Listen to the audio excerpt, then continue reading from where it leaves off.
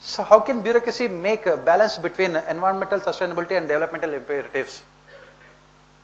So if you remember, we talked about the changing role of a district collector in the age of globalization. Changing role of district collector in the age of globalization. Whatever the points we have mentioned there, you have to write about all of them. So what do we say? What do we say here is that we must recognize the fact that poverty is one of the important reasons for increasing pollution. Poverty is one of the important reasons for increasing pollution. Maximum amount of pollution in India is caused by poverty.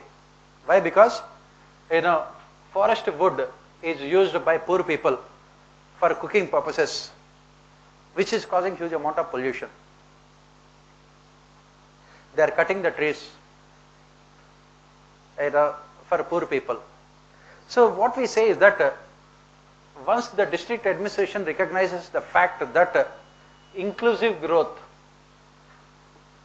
can automatically result in sustainable development. Once the district administration, I remember I have done these things as part of ethics case studies. Here, the same answer you have to write here. Ethics case studies. Everything is interrelated. Okay, the same answer you have to write here. There is no difference between public administration and GS papers.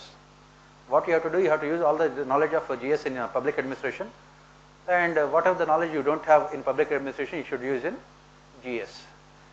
That is what you must remember. But the only thing is that you must have the ability to remember the things.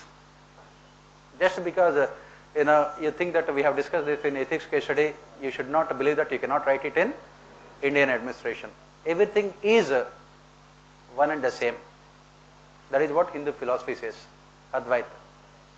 Okay, there is no difference, and that is the reason why I always say that please read everything.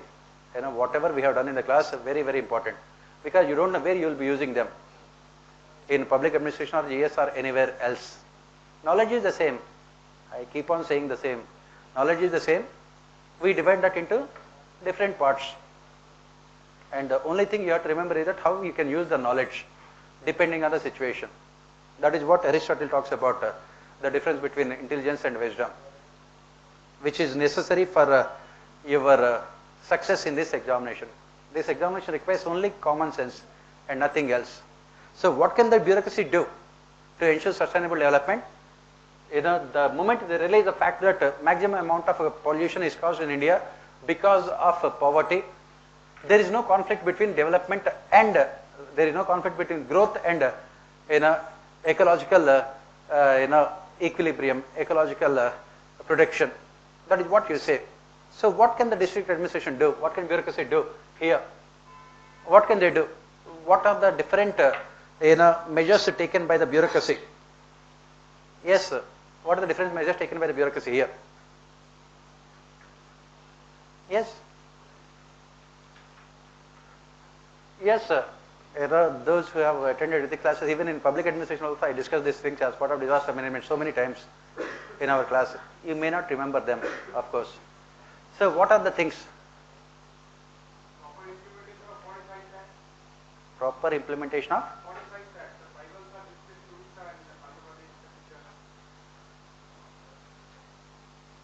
What are the other specific measures, macro measures?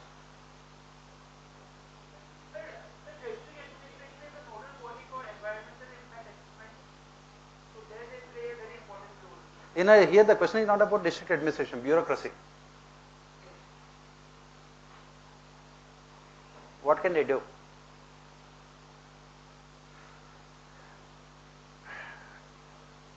Those who have attended our classes, just try to recall. No? Yes, sir. That is the last one. Before that? Yes. One before the last. Okay. What should be done? The focus should always be on quality of development rather than on quantity of growth. This is what we have said.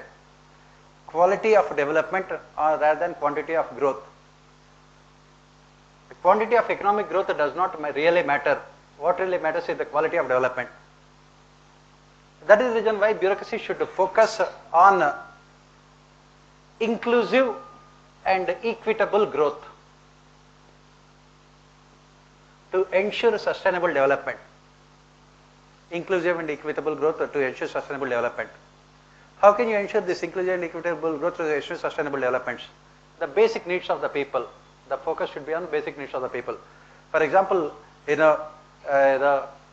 must ensure that every house has a toilet because maximum amount of pollution is caused due to open defecation. Next, the government had come out with this Ujjwala scheme wherein providing free LPG cylinders so that you are reducing air pollution. Then, implementing Swachh Bharat Abhiyan. Swachh Bharat Abhiyan should be made mandatory. If you remember, this is what we studied in the class also. How to make Swachh Bharat Abhiyan effective?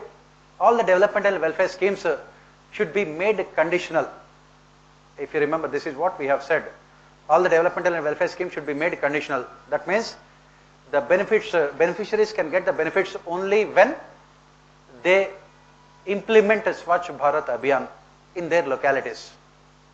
And the government must also provide financial assistance for constructing toilets and also maintenance of toilets.